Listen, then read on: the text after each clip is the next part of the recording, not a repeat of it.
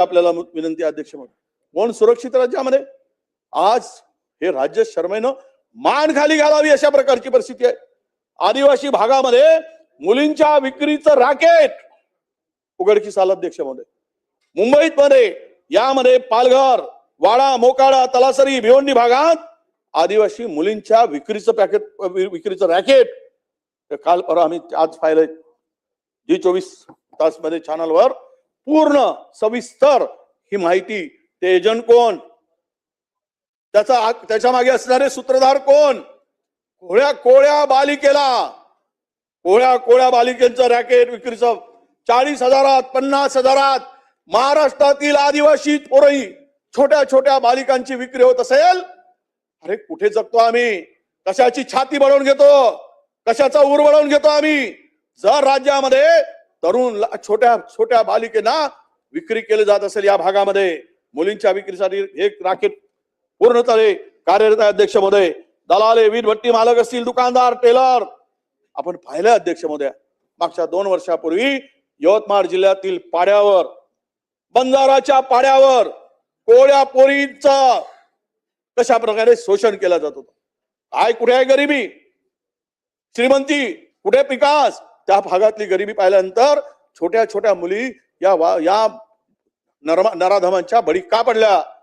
केवळ कानातील रिंगामुळे, नाकाच्या नथनीमुळे, पावडरमुळे, लिपस्टिकमुळे, ड्रेसमुळे, वेणीमध्ये घालतात त्या पिनामुळे एवढ्याच ते मिळालं आणि त्या पोरीचं शोषण केलं गेलं।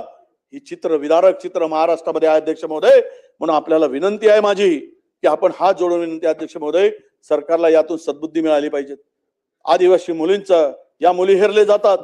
या एक साखळी आहे, पहिली साखळी मुली खरेदी करणाऱ्यांच्या संपर्कात येते, दुसरी साखळी विक्री योग्य मुली तपासलं जातं आणि पहिल्या साखळीत असलेला मुख्य दलाल असतानाच त्याला मोठी रक्कम मिळते आणि दुसऱ्या साखळीतले बहुतांश दलाल हे आदिवासी समाजातील तरुणांना हेरलं जातं।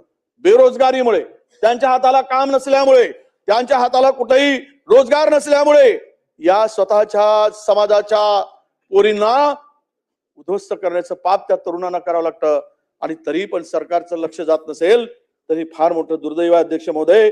या किमान मुलींना 2 वेळा खाण्यापिण्याची सोय नाही, काबाड कष्ट करून शाळा सोडलेल्या मुली, कामगार असणाऱ्या आदिवासी मुली यांचं आयुष्य उद्ध्वस्त करण्याचं काम वाडा, भिवंडी या परिसरामध्ये अध्यक्ष महोदय केलं जात आहे।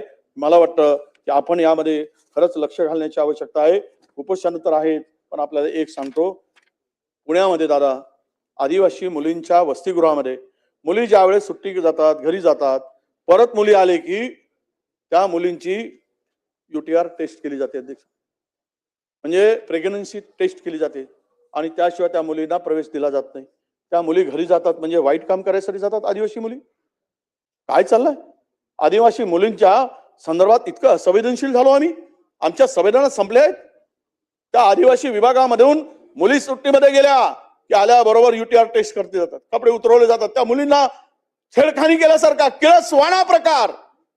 त्याचा रिपोर्ट आहे, मी पाठवतो आपल्याकडे अध्यक्ष महोदय। UTR टेस्ट केल्याचा रिपोर्ट पाठवतो साहेब। दादा तुमच्या पुण्यातली घटना ही महाराष्ट्रामध्ये अनेक वसतिगृहामध्ये शासकीय घडत असेल, पण ते पुण्यातलं प्रकरण समोर आलं हे अत्यंत वेदनादायक आहे। म्हणून आपल्याला माझी विनंती आहे की यामध्ये आपण नक्कीच या UPT टेस्ट जी आहे ती केली, जी आहे ती युरिन जे आपला जी टेस्ट आहे त्याचा पुरावा आहे अध्यक्ष महोदया। हे UPT टेस्ट, युरिन प्रेग्नन्सी टेस्टची हे माझ्याकडे रिपोर्ट आहे, त्याच ठिकाणी केले गेलेला हा रिपोर्ट आहे, फार गंभीर आहे।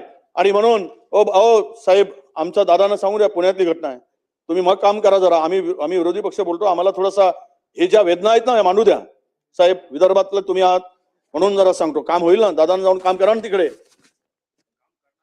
दादा काम करणारेच आहेत, तिथे बसले काय इथे बसले काय? म्हणून तुम्हाला विनंती अध्यक्ष महोदया, हा रिपोर्ट आहे, हा अत्यंत गंभीर रिपोर्ट आहे, फार सिरियस आहे। हे कोणाच्या कुठल्या नियमात आहे असं ही टेस्ट करून घेणं? हे UPT टेस्ट करणं कुठल्या नियमात आहे, कुठल्या कायद्यात आहे? माझी मागणी आहे ही टेस्ट करणारे जे कोणी अधिकारी असतील त्या हॉस्टेलचे, कोणाचा आदेश आहे त्याच्यावर कारवाई झाली पाहिजे, त्याचं उत्तर सरकारकडून मिळालं पाहिजे। त्या कोळ्या पोरी शिकायला येतात आणि त्यांना या पद्धतीने सामोरं जावं लागतं। म्हणून म्हणतो आपल्याला अध्यक्ष महोदया की आपल्याला विनंती आहे या संदर्भात सुद्धा चौकशी होण्याची आवश्यकता आहे उपोषणाने तर. आणि या ठिकाणी खरं म्हणजे SIT द्वारा आपण स्थापन करून ही सगळी प्रकरणाची चौकशी केली पाहिजे. फार सगळ्या आदिवासी मध्ये मुलींच्या मध्ये या आश्रमशाळामध्ये स्थापन करा आणि असे प्रकार पुन्हा होता कामा नयेत. जो दोषी असेल त्याच्यावर कार्यवाही करण्याची आवश्यकता आहे अध्यक्ष महोदय. म्हणून मला आपल्याला विनंती करायची की सरकारने याच्याकडे गंभीर्याने घेतलं पाहिजे आणि SIT